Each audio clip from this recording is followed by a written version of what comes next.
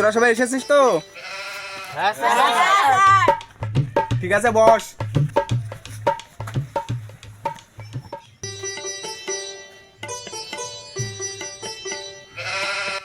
Sourav, yes sir. Sourav, তুমি বলো পৃথিবীর সব থেকে কঠিন কাজ কি? স্যার, পৃথিবীর সবথেকে কঠিন কাজ হচ্ছে লালটু আর অর্পিতার প্রেম।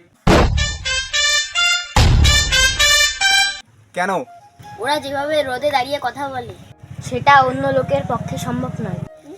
হ্যাঁ, এত বড় আসপারদা, আমার প্রাইভেটে প্রেম ভালোবাসা চলছে। এ লালটু, ওঠো তুমি।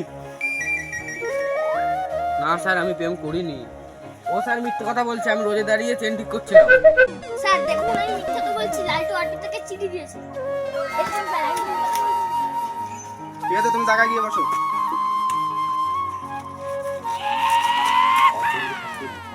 লালটু, তুমি এসব কি লিখেছো? কিছুই তো বোঝা যাচ্ছে না। আর ভালোবাসি, রোদ্দুর, কি সব লিখেছো? তোমার লেখা কিছুই বুঝতে পারছি না। কি সব লেখা হচ্ছে বলো? আমার লেখা কেউ বুঝতে পারে না, শুধু অর্পিতাই বুঝতে পারে।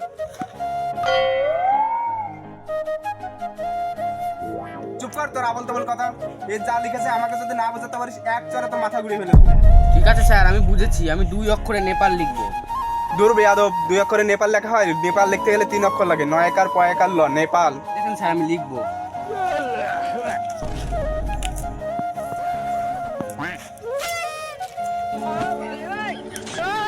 এটা তো নেল হলো, নয়কার ল, নেল। এই দেখেন স্যার, নয়কার পয়াকার ল। স্যার এ তো আমি আরাধনপুর এক করে লিখতে পারবো। নেপাল তো 3 অক্ষরে, লালটু তো নেপাল 2 অক্ষরে লিখে দেখালো। ইয়ান আবার কি বাহাদুর, 4 অক্ষরের কথা 1 অক্ষরে লিখবে। স্যার আপনার বিশ্বাস হচ্ছে না তো, দেখুন আমি দেখাচ্ছি। স্যার রয়কারেরা স্যার দেখাচ্ছি। এই না না, তোরা প্যান্ট খুলতে হবে না, আমি বুঝে গিয়েছি তোর তোর কি মানে লিখতে হবে, আমি বুঝে গেছি। এই অর্পিতা, তুই তো স্যারকে চমকা। ঠিক আছে দাঁড়া। স্যার বলুন এটা কি লেখা? এটা আবার কি লেখা? দয়া করে দা।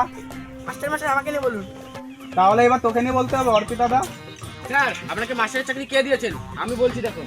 মাল দয়া করে দা, মাল দা।